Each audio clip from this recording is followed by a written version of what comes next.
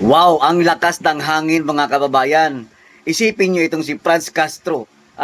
Inutusan itong si Senate President Chis Escudero na mag-convene na sila at ipulso na daw itong trial ng impeachment ni Ma'am Vice President Sara Duterte.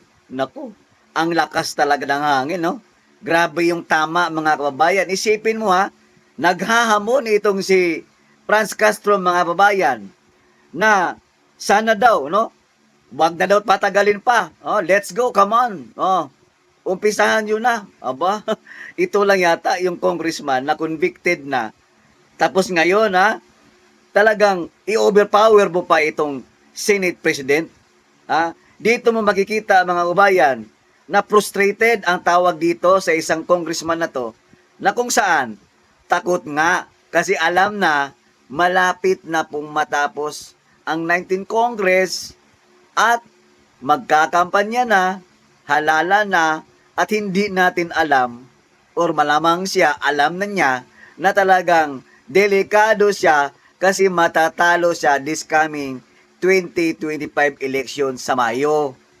Dito mo makikita mga kabayan na talagang atat na atat siya.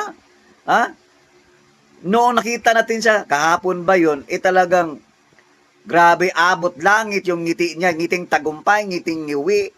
No, hindi mo ma-drawing sa pagbumukha niya na talagang naglulumpasay sa tuwa na narinig niyang i-impeach na si VP Sara sa Kamara. Tapos ngayon ito na naman, bumibida na naman siya at nakikitaan talaga natin na isang pagiging aktivista niya at membro ng mga, alam mo yung makakaliwang grupo na kung saan talagang gusto na niya ng pangunahan itong Senado mga kababayan.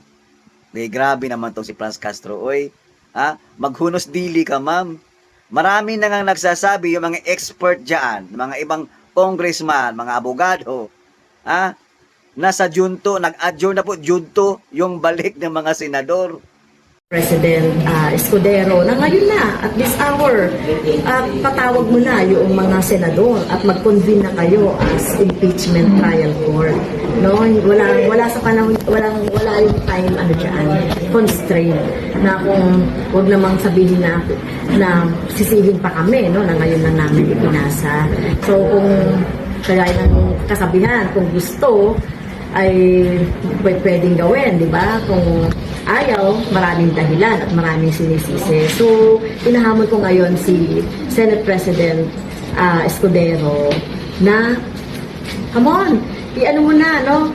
I-convene mo na yung Senado as impeachment trial court. At kung hindi po gawin ng Senado under the leadership of SP, what does it tell about Senate?